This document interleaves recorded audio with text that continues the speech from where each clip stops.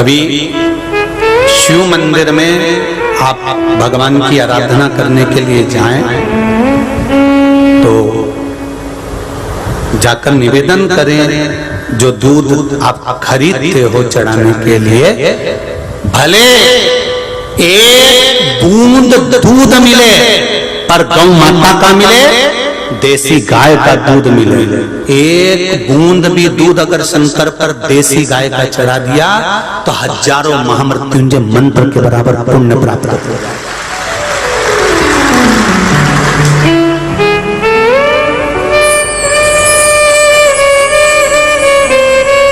एक बूंद चढ़ाओ, ज्यादा नहीं है ना सामर्थ्यता, थोड़ा चढ़ाओ, पर उतना आपके दिल से, अपने हृदय से, अपनी चिंता से, अपनी वृत्ति से चढ़ना चाहिए, मन से चढ़ना चाहिए।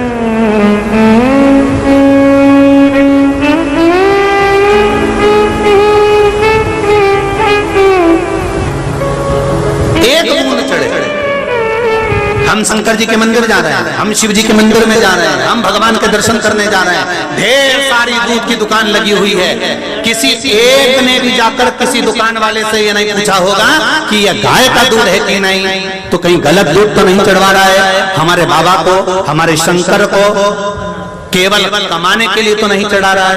नहीं तो तू कमा तो लेगा, हमारा भी जीवन नाश हो रहा है और तेरा भी जीवन नाश हो रहा है। थोड़ा सा भले उसमें आपको कथा में कहा था कि दूध में पानी नहीं, पानी में, जम के बोलो जरा, पानी में दूध हो। हमारे शंकर जी को ये जरूरी नहीं है कि हम 100 लीटर दूध भगवान शंकर को चढ़ाएंगे। अब वो 100 लीटर कौन सा दूध चढ़ाया तुमने, कहां से लेकर आए, कैसा लेकर आए? एक बूंद चढ़ाते पर देसी गाय का, और जाओ और जितनी दुकानें दूध की होती हैं शंकर भगवान को चढ़ाने वाली, उन सारे दुकान वालों को जो अपने गांव में, अपने नगर में, अपने खेड़े में, अपने क्षेत्र में जो गौशाला होती है, उन गौशाला में जाकर निवेदन करना चाहिए, साहब आप अच्छी अच्छी गाय पालिए, उन गाय का दूध हमारी दुकान पर लाकर बेचिए, हम उस दूध को शंकर जी के लिए बेचेंगे, आपकी गौशाला भी चलेगी, आपकी गाय का उत्थान भी होगा और गौ माता का आनंद भी होगा। पर हमने कभी नहीं सोचा कि गाय को, जो भगवान शिव को जो दूध चढ़ रहा है, दुकान वाले से जाकर नहीं पूछा कि ये दूध कहां से आया, कैसा था, किसका था, कहां से आया, मालूम पड़े कहीं सोयाबीन का बना दिया, कहीं भैंस का लाकर दे दिया, कहीं गाय का लाकर दे दिया, ना जाने काय का दूध हम भगवान शंकर को चढ़ा दिया और हम आशा लेके बैठे हैं भगवान हमारा दूध हमने जो चढ़ाया वो स्वीकार करेगा। अपने बच्चे को एक जरा सी दवाई भी देती है ना तो पहले पति के प्राण खा जाती है। तुम डॉक्टर को फोन तो लगाओ, एक बार पूछो तो सही, एक बार पूछो तो अपन जो दवाई दे रहे हैं वो सही है कि नहीं, जरा पूछो तो। डॉक्टर ने दवाई लिखी, उसके बाद भी मेडिकल वाले को बताई, मेडिकल वाले से दवाई लेकर आया, फिर वापिस डॉक्टर को दिखाई, देखो डॉक्टर साहब दवाई यही है क्या, तुमने जो लिखी वही दवाई है क्या, हाँ साहब यही दवाई है। डॉक्टर ने कह दिया नहीं साहब ये दवाई नहीं है, तो तुमने वापिस कर दी। हमें तो वही दवाई चाहिए जो डॉक्टर ने लिखी है। क्यों?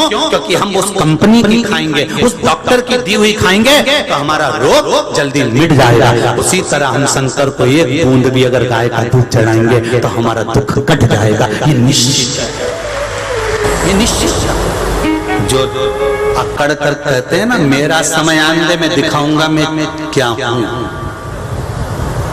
अभी रुक तो जा, तो मेरा समय आएगा तब मैं बताऊंगा मैं क्या हूं, मेरा समय आने में बताऊंगा मैं क्या हूं। और एक दिन ऐसे ही बोलता बोलता छाती में दर्द हो गया, हॉस्पिटल ले गए, डॉक्टर ने कह दिया इनका समय आ गया, इनका समय आ गया।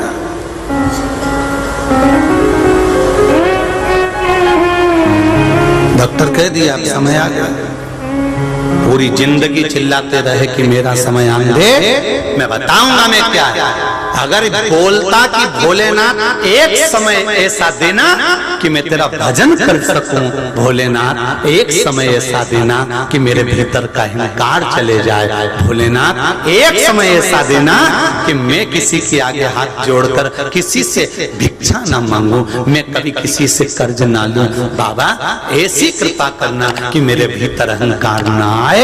तो बाबा समय अच्छा लाता जाता लाता जाता लाता जाता, पर दूसरे को नीचा गिराने के लिए मेरा समय आन दे फिर बताऊंगा, मेरा समय आन दे फिर बताऊंगा, और मालूम पड़े वो समय हॉस्पिटल में आ गया और डॉक्टर ने कह दिया अब घर ले जाओ, समय आ गया है उनका। फिर क्या मतलब का ऐसा समय? भगवान से कहो तो काल अधिपति है। फिर निवेदन करूंगा, घड़ी खराब हो जाए तो कपड़े वाला नहीं सुधारेगा। सुधारेगा क्या? जम के बोलो जरा।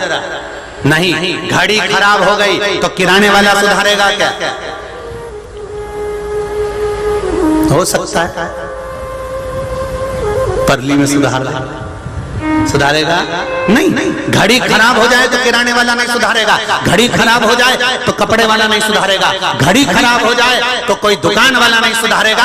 घड़ी खराब हो जाएगी तो घड़ी वाले की दुकान पर जाना पड़ेगा, घड़ी वाले से कहना पड़ेगा भैया मेरी घड़ी खराब हो गई है, चल नहीं रही है, तुम देखो जरा, इस अटक अटक रही है, बहुत तकलीफ में। घड़ी वाले ने घड़ी ली, उसको निकाला, निकाल के कान से लगाया, लगाने के बाद भी देखा कि घड़ी तो चली नहीं रही है। उसने घड़ी को सब कुछ कर देख लिया। फिर उसने कहा भैया देखो ये घड़ी तो ठीक होगी, मैं एक काम करता हूँ इसको कंपनी में भेज देता हूँ, कंपनी का माल है, कंपनी में जाके ठीक हो जाएगी। कंपनी में भेजेगा, कितना दिन लगेगा भैया? तो क्या कम से कम 7 दिन तो लगेंगे। 7 दिन लगेंगे और घड़ी ठीक होकर आ जाएगी। और 7 दिन के लिए कंपनी में भेज दी, कंपनी में भेजी और घड़ी ठीक होकर आ गई। घड़ी कहाँ पर ठीक हुई? किराने की दुकान पर हुई क्या? नहीं। कपड़े की दुकान पर हुई? नहीं।